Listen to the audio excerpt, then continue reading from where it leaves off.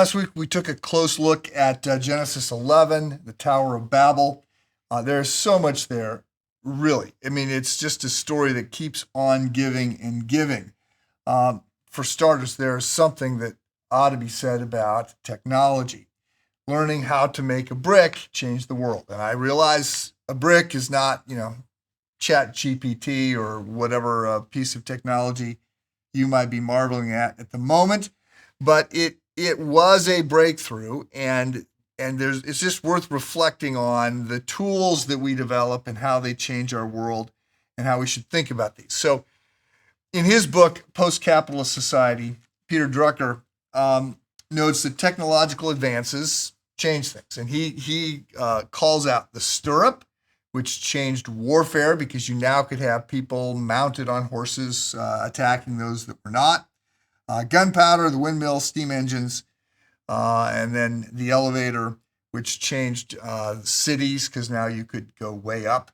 And then again, since then, the car, airplanes, phones, technology changes the world in ways we don't anticipate, or often changes us in ways we don't appreciate.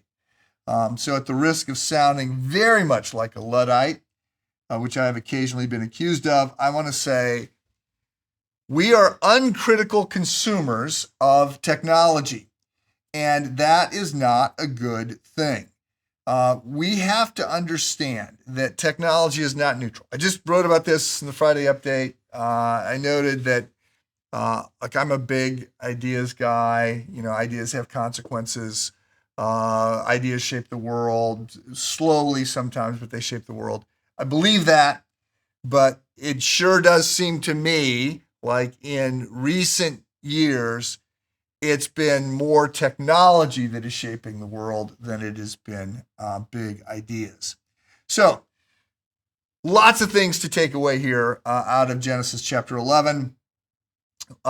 It's worth noting that God frustrated our plans because if we united in our sinful state, that was likely going to accelerate disaster, not salvation.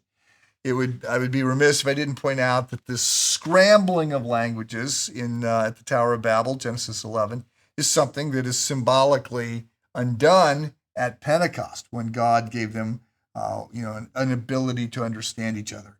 And it should be noted that what God blocks in Genesis 11, this one world government, is going to be something that will be present, describing the end of the world. So lots to think about. As I keep saying, I'm in a deep rut here. These first chapters of Genesis are so significant, and there's so many significant ideas that get introduced there. And so as we're building a systematic theology, we always have to begin here back in the early chapters of Genesis. But the key thing I want to hammer home today for you is the suggestion that a big part of what is at play here with the Tower of Babel story is pride and how bad it is. The people were proud of their accomplishments. They had an inflated sense of self. And pride sort of lies at the bottom of all kinds of evil. Gregory the Great called it the queen of vices. Thomas Aquinas called it the first sin, the source of all others. The early church fathers noted that it was at the root of the 7 deadly sins.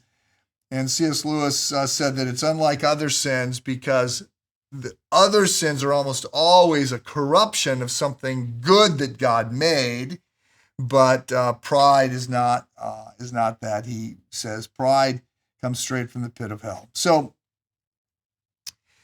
and pride is also complicated because it is so layered like an onion. A little while ago, I was rereading an essay about what is wrong with the world.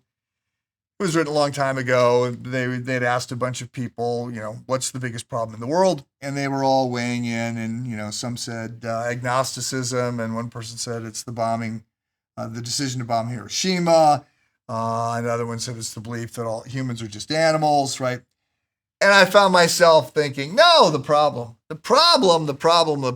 is sin. And the problem, the essence of sin here is pride. You just don't see that. And then, of course, I realized that I was being rather proud of my understanding that pride was the problem. And so I sort of, quickly had a little mea culpa and confessed that as a sin. But then I was proud of how quickly I recognized my pride over realizing that the problem was pride. And it just keeps going. So pride is a very complicated vice, very deadly, very tricky. Be alert to it in your own life. Focus on God's grace, not your competence. Have a good day.